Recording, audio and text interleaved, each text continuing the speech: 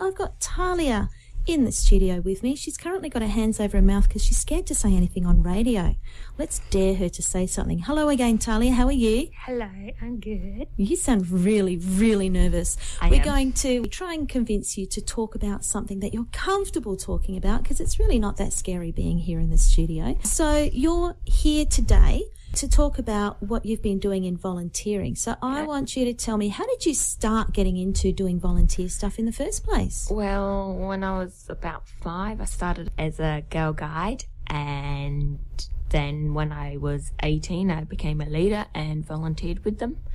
So you've been volunteering all your life? Yeah. Yep. So as a girl guide, I know that guides do a lot of little bits of volunteer work around the community. So you would have helped out at Sausage Sizzles and Clean Up Australia Day and collecting for the Red Shield Appeal and all sorts of things like that. So how's that changed since you've become an adult leader? Well, when I was a girl, I was mainly helping out. So like Sausage Sizzles, I was helping with the money. And right. So you were a helper as a youth member?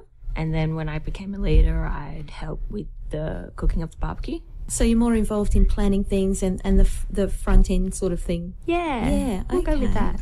We'll go with that. You still sound really nervous. I am. Oh, gosh. I swear, everybody who's listening is thinking, come on, Tahlia, don't be nervous. It's just me washing the dishes, doing the housework. What?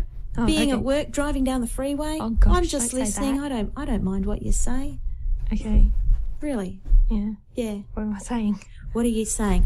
Well, talking about some more volunteering that you do. Volunteering. Obviously, you're a girl guide leader. Yes. That's a volunteer job as well. Yes. Yes. So how long do you spend in an average week being a leader? Well, so I go to meetings, which is about 2 hours on 2 hours at the Tuesdays. meeting. Then you've got setting up before the meeting and packing up after the meeting. So that's about 3 hours. Hour there. Yeah. And then there's meetings with the other leaders that we have. So we do lots of planning for the term and organising camps and things. Great. So it sounds like you're developing a lot of all-round skills there. Yes. Great.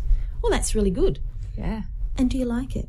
Yes, it's very fun. Very fun. Lots of opportunities. Anything that you can do where you get to sing songs, play games, do craft, act like a kid. Act like a kid. Yeah, I'm best at that. And have all the fun of being a kid where, you're actually an adult. So, you get to help make some of the decisions. There's a badge we have that says, what does it say? Cleverly disguised as a responsible adult. Yeah, that one. I've seen that badge. Yes. I have that badge. I think every girl guide leader, every scout leader, I think everyone who works with youth needs to have that badge. Yes. Cleverly disguised as a responsible adult. Yes. One day our disguises are going to come adrift and people will realise we're not actually grown-ups at all. We're just kids with a great deal of experience. Yes. That is us. Anything else? Anything else? Not for now. Now I'll let you go sit in the corner and bite some fingernails a little bit more. Good idea. You know that I've got Tahlia in the studio here. She's been sitting in the corner in a little wobbly heap because she's slightly nervous about talking on radio, but she's here to tell us about some of her volunteering that she has done. Tahlia, you did some volunteering last year. Well, you've been volunteering for most of your life, I guess. Yeah. But you've been doing some volunteering last year, 3 months full-on, non-stop volunteering. So what's all this about? Tell us about it. Okay, so in the middle of last year, I was on Facebook and I noticed that with Girl Guides, they were having they were advertising a scholarship to go to India. To India? Yep. A scholarship to India. So yes.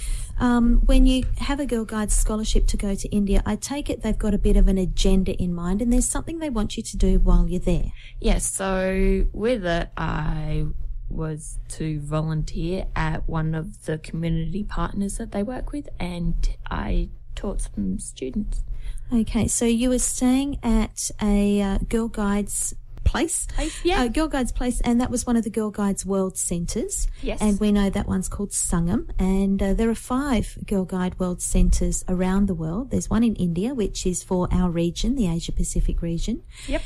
There are other Girl Guides World Centres. Can you remember where they are? There's our chalet, which is in Switzerland, our cabana, which is in Mexico, Pax Lodge, which is in London, and the fifth World Africa Centre. one. Yeah, African region has a World Centre that isn't actually a centre. No, it moves around to all the different African areas. That's right. So all of the countries, all the areas in Africa can get access to the African World Centre. This is one of the Girl Guide centres.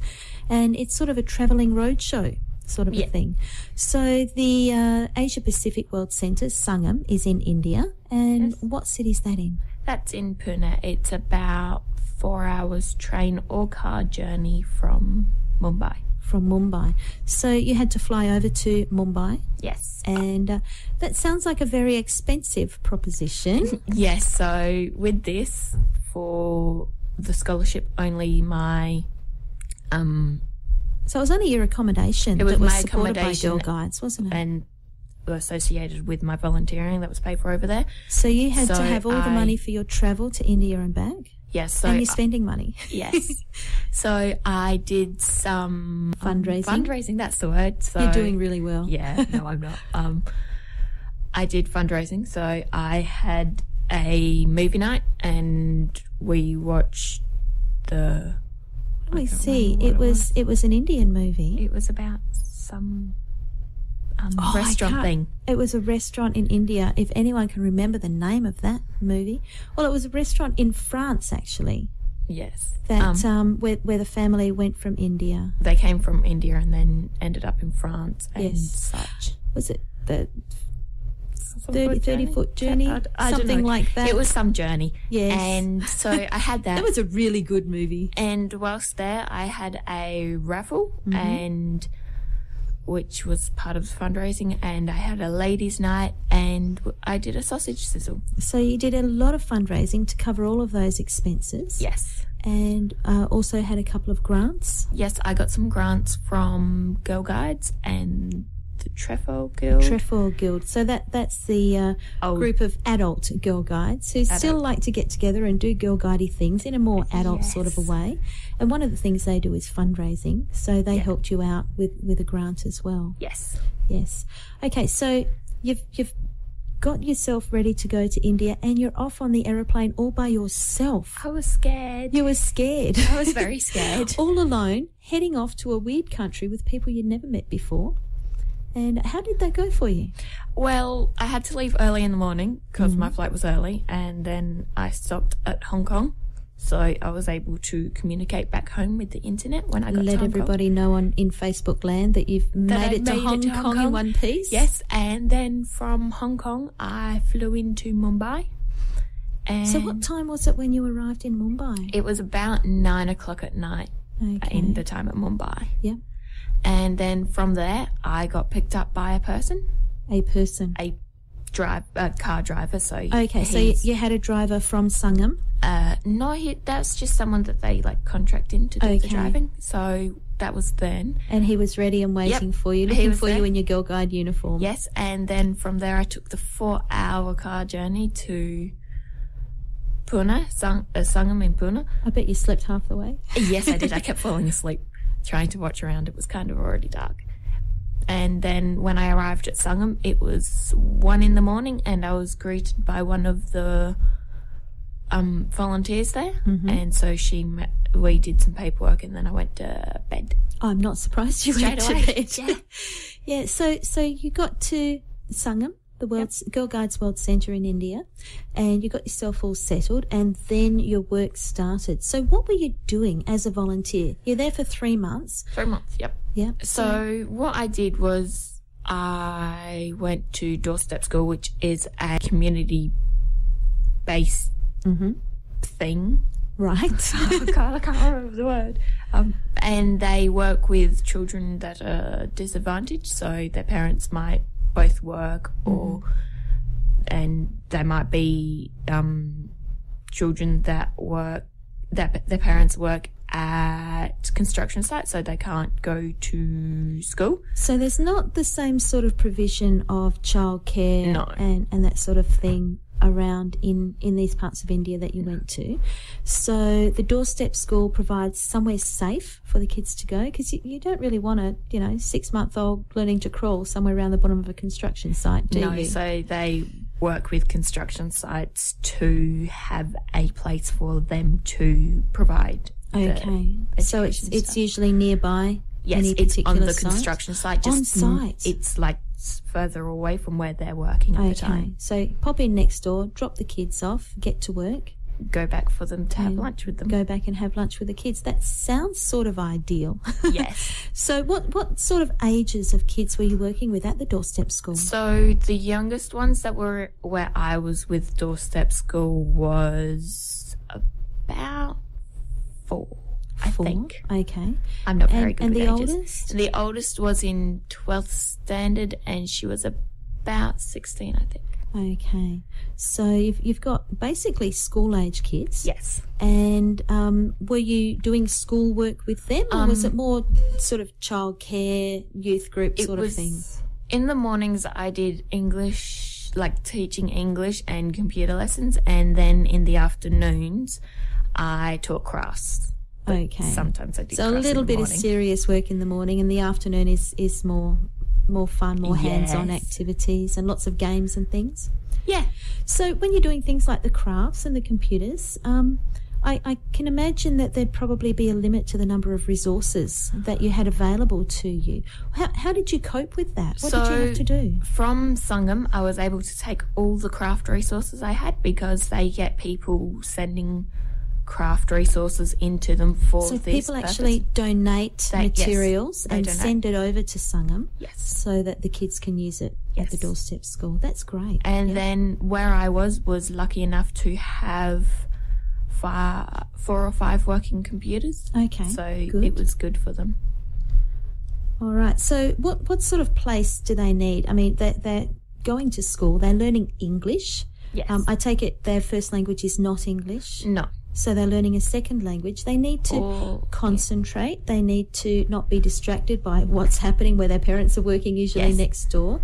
So what sort of a place did you work from? So the one that I was at was actually in a apartment building, but... Inside an apartment building? So it's not a school building? No. Okay. So that one we had to be quiet because there were people living around us, so we weren't allowed to be too noisy.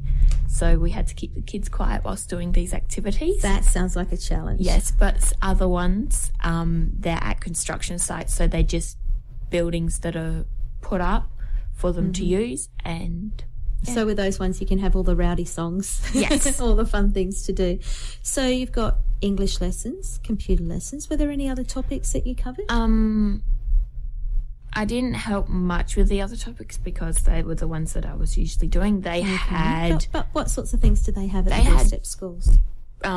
Writing practice times and science. So one of the things that happened was they took a group of the children to a science lab, and the people at the science lab were teaching the children about time and other things. Oh, that's fantastic. So they're getting a real all-round education, which is great. So are these kids going to school otherwise? Yes, they go to normal school, but in India, for the normal population that don't go to private schools, they only go for a couple of hours either in the morning or afternoon. So this is really helping to supplement the education that they'd normally get from that I guess it's public government schools. Yes. Okay. So you're in India, you're working at a doorstep school, you're staying at the Girl Guide Centre, Sangam. What's it like over there? There's lots of people. So in Sangam there's not as many people, and it's sort of a contained... It's a contained, lots of trees in the area. Building with a big fence around it. Yeah, building with a lot of yard at the back for camping. But yes, when you go out, it's like, wow, there's a lot of people here. As crowded as we've seen on TV. Yes. Yep. And the weather, oh my gosh, it was hot and humid, but I'm used to the hot but not the humidity of it, so it was like You didn't like it very much. No.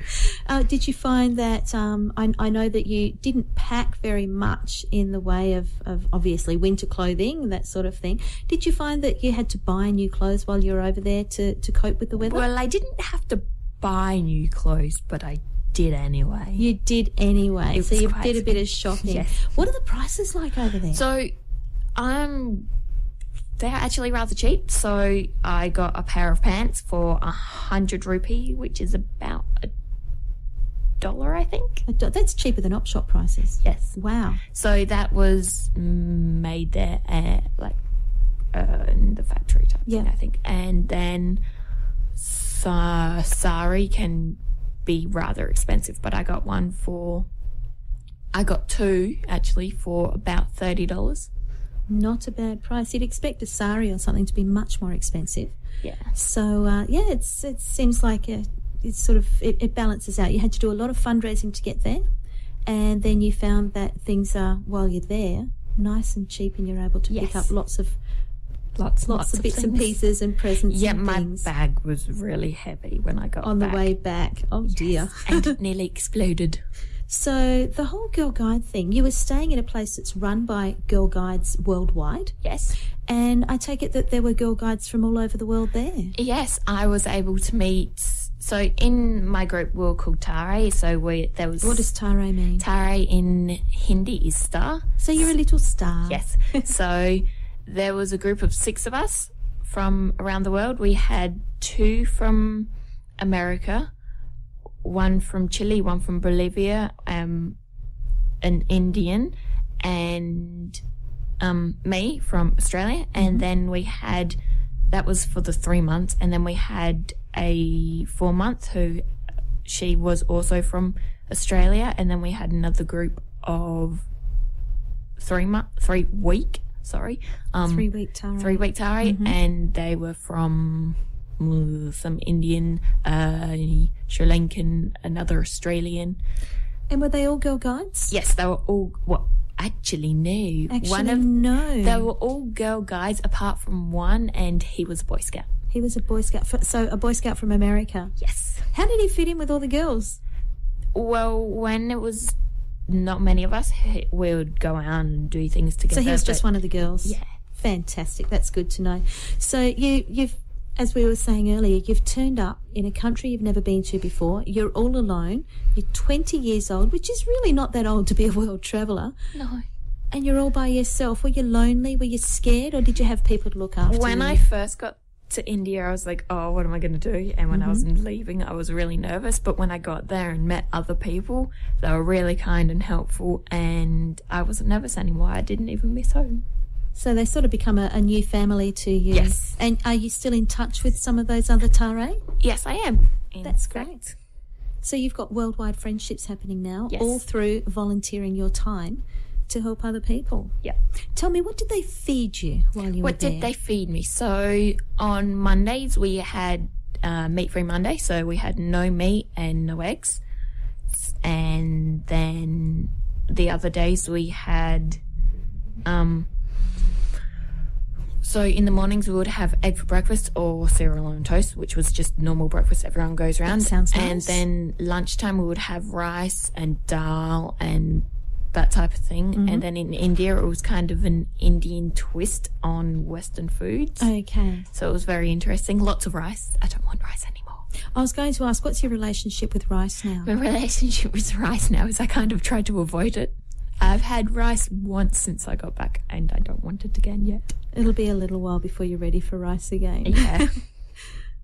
So while you're in India, did you go out and experience a lot of the local culture? Did you manage to have a holiday? What did you do while you were there that was sort of sightseeing-y and fun things that you did when you weren't at the doorstep school? Whilst I wasn't at the doorstep school, so I had to have, during my time there was Diwali, so what's Diwali? Diwali is a light festival for...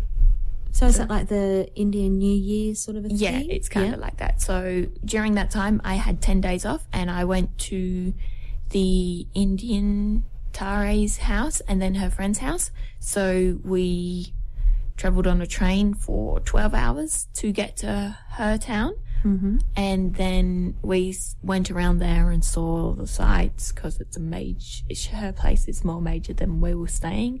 And they have a film city. A film city? Yes, so it's a really big area where they film like the Bollywood movies. Oh, okay. Yes. Okay. So we went there and then we spent a day. So basically, I think it was 13 or like during the day, 4 hours straight on the train traveling to her friend's place, and which was actually really nice. And then we went to the beach. Oh, I've got to go to the beach. Yes, at our friend's place. And then we drove back to a train station from the beach. So we went all the way around to the coast. And then we went back to Tare's place, and then we came back to Sangam for the 10 days. And then I also went to Mumbai. And in Mumbai, they have one of the largest slums, I think it is, in the world. That doesn't surprise me. And I went on a slum tour. They have slum tours? They have slum tours. So the people organise from the slum, I think it is, they have organised tours. So they show you around the slum and what it's like, show you the different factories they have in there and all these things. And so I take it that there's a cost to go on the tour. I can't remember how much it is. But there's a cost? There's a cost. And does that help the slum community to provide community services? Yes. That's fantastic. The tour was 2 hours by walking, and we saw all different parts of it. And wow, I bet that was a bit of an eye-opener. Nothing like the Adelaide Hills. Nothing like it. There was lots of people. And how did you find it? Was it confronting, or was it a different sort of a thing to learn about? It was different. Yeah. I'm not sure how to say. Not sure. You're still processing that one? Yes. Yeah. Going back to the doorstep school, how far away from where you were staying at Sangam was it? So in the mornings I had to take a rickshaw, which is the little... See, that'd be a challenge for me. Learning how to catch a rickshaw. The challenge for me was crossing the road at first, because it's like, oh my gosh, how do I cross this? But then as I got more used to it, I was like, this is easy to cross. And then when I came back to Australia, it was kind of hard to remember. I have to wait for cars. And not you have to wait for cars and not just run in front of them in Australia. And so I had to catch a rickshaw, which was a half an hour journey to where I was. Every day by rickshaw? Every day. Do you know how exciting people in Australia think that is? Oh, I love the wind. The wind through your hair. So that was half an hour just to get there in the morning, and then another half an hour on the way back, and I was always back in time for chai. Yay. That sounds good. And I heard you had a little bit of an extra adventure with a rickshaw. Yes, one of the last days we were as Tare at Sangam. The World Centre manager organised one of the rickshaws to come into Sangam and allow us to practice driving it. Wow. So you've not only ridden a rickshaw many, many times and managed to cross the road, which sounds like a bigger challenge, but you've driven a rickshaw. I've driven a rickshaw, and we're also able to drive scooters. That is so cool. So yes, it was very fun. So would you suggest being part of a worldwide organisation like Girl Guides or Scouts to other young people? Yes, guiding and scouting has lots of opportunities, and the world centres are very good. So you can join Girl Guides once you're 5 years old? Yep. But you don't have to be 5 years old to join? No, you can be from 5 to really old. Really, really old. Girl old? Guides actually have youth members aged between 5 and 17. And once you turn 18, you can still join, but you can be a leader and be part of that leadership group and still have exactly the same opportunities as the youth members do. So you've actually gone to Sangam as an adult. Yes. Even though you were probably one of the younger adults there? Yes, I was one of the younger adults, but whilst I was there, they have events where they show people around like what India's like and the different culture, and do guide activities, and they had some teenagers there. So people of all ages can be involved, and not just be involved in something for themselves and the local community, but actually travel overseas, see new things, learn how to cross the road in India. Yes. and have a really, really different experience while helping out and serving in either the local community or the worldwide community. How do you feel after having a little bit of time to talk? Have you relaxed a bit now? Just a little, yeah. That's good. That's good. You sound like you're freezing up again. What's going on? Oh dear. You get her talking about something and she's fine, and then she just gets stage fright all over again. It's terrible. Yeah. Yeah. Pretty much. Okay, so I want to go over again how you got to go to India and have this absolutely fantastic, life-changing experience. What was the one thing that you did that got you to India? Being a member of Girl Guides. Being a member of Girl Guides. And you joined when you were? 5 years old. So you've been a member for... 20, wow. No, not 20. 16 years this year? Yeah. Wow. 20 years And obviously you've had this fantastic opportunity to go to India, but you've done other things with Girl Guides. You've been to a couple of the jamborees. Yes, I have. I went to one in Geelong. In Geelong, in Victoria? In Launceston, in Tasmania. In Tasmania. And there's another jamboree coming up in Queensland later this year. And I believe one of my Tare friends from one of the ones from India is going to it, hopefully. Fantastic. So people from all over the world turn up at these Girl Guide jamborees. Yes.